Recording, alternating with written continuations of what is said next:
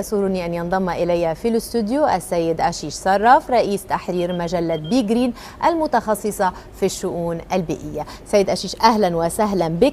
موضوع البيئة لماذا أصبح في صلب عمل البلديات وكذلك في صلب عمليات التخطيط المديني اليوم؟ Well, sustainability or environmental concern have been a concern for Dubai municipality, for Dubai in general, for almost a decade now.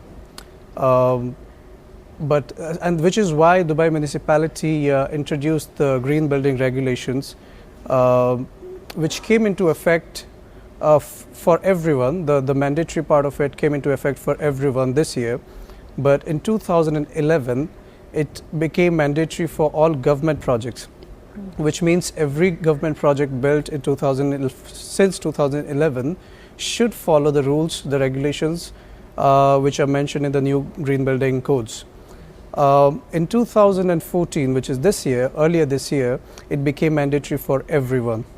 Now, what are these green building regulations? These are a set of rules which aims at improving the environmental performance or the sustainability performance of the construction industry in general, mostly buildings. So this is how it works. You have a set of rules which works on reducing the consumption of water, electricity, using green building materials, which overall impacts the environment. And it is really amazing to see that ever since these regulations came into effect, the sustainability performance have improved drastically in the last few months, which is a great news, I think. طيب، هذا طبعا توجه عالمي، هذا التوجه الذي تتبعه دبي اليوم على مستوى العالم. ما هي المدينة التي تعتبر الأكثر صداقة للبيئة؟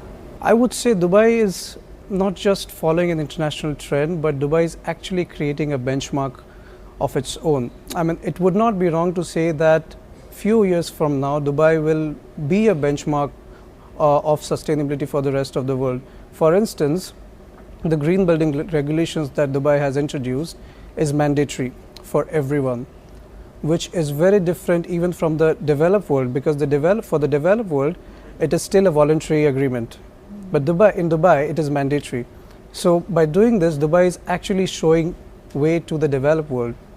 Now, it's very difficult to determine which is the most environmental friendly city in the world, because agencies or publications who rank them have different parameters.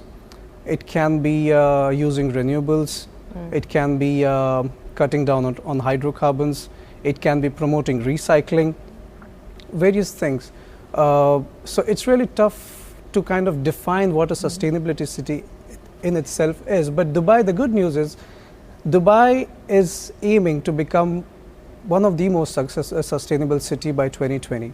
ما أهم التحديات التي سيكون على دبي مواجهتها حتى تحقق هذا المركز في 2020؟ I think the main challenge would be the mindset of the people. While the government is taking a lot of initiatives, at the end of the day, it's the people who make the environment. I'm not saying that the people are not doing anything, but I'm suggesting that probably we need to do more. For instance, there are a lot of campaigns, by DIVA, by Dubai municipality, where they advise that the temperature of the air condition should not be less than 24. But most of us don't really follow that, which is wrong. Another problem is Dubai in itself is a very transient society. So you have a set of people who come here. The government, the authorities spend a lot of money in educating them about the environment, and then they move out. So which is a bit of challenge. On technical fronts, I would say waste to energy is another challenge for Dubai.